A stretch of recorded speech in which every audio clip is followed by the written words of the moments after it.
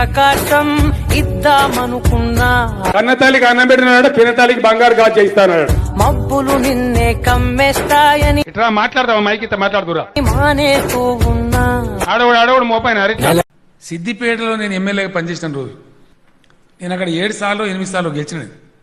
ఒక్కసారి కూడా నా జీవితంలో నాకు ఓటేయమని చెప్పి నేను ఒక 10 పైసలు కూడా ఇవ్వలేదు.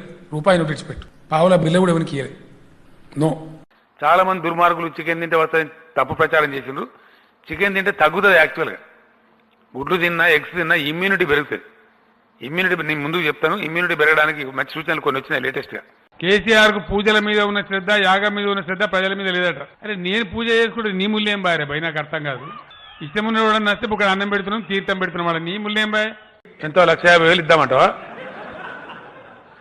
ఎందుక పనికిమాలిన రావులు నాకు అర్థం కాదు. కానీ నాకు తెలియదా ఎన్ని ఇస్తామో మాకు తెలియదా?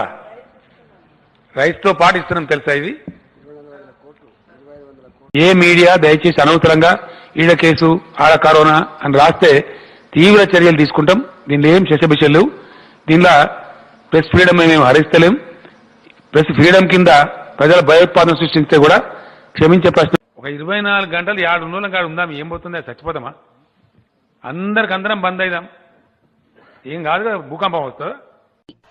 స్థానిక అరవద్దా బాబు ఆ వెనక మాట్లాడితే మీకు ఏమైనా వినబడుతుందమ్మా? వినడానికి వచ్చిందా మీకు ఇక్కడ ముచ్చట పెట్టడానికి వచ్చిందా? సైలెన్స్ ఉండండి 5 నిమిషాలు. చుప్చాప్ బయట జాओ. తుమారే వస్తే हो रहे मीटिंग क्या बात है जी టైరో. సెప్టెంబర్ నెల జీతం రాపాయి వద్దని అయ్యతే ఆడుకోతాయి. అది ఎప్పుడు ఇస్తావు మంత్రి గారు? రేపు పొద్దున ఇస్తావా? ఖాయంగా. Everything is being closed from 22 March. 20,000 మంది వచ్చి ఆల్రెడీ ఉన్నారు కదా సార్, మీరే చెప్పారు 20,000 మంది వచ్చారు ఈ వారం 10 రోజులలో. అంటే ఏం చేద్దామంటావు మరి? ఏం దిక్కుమాలిన ప్రశ్న నీతోటి. ఏం చేద్దామంటావా?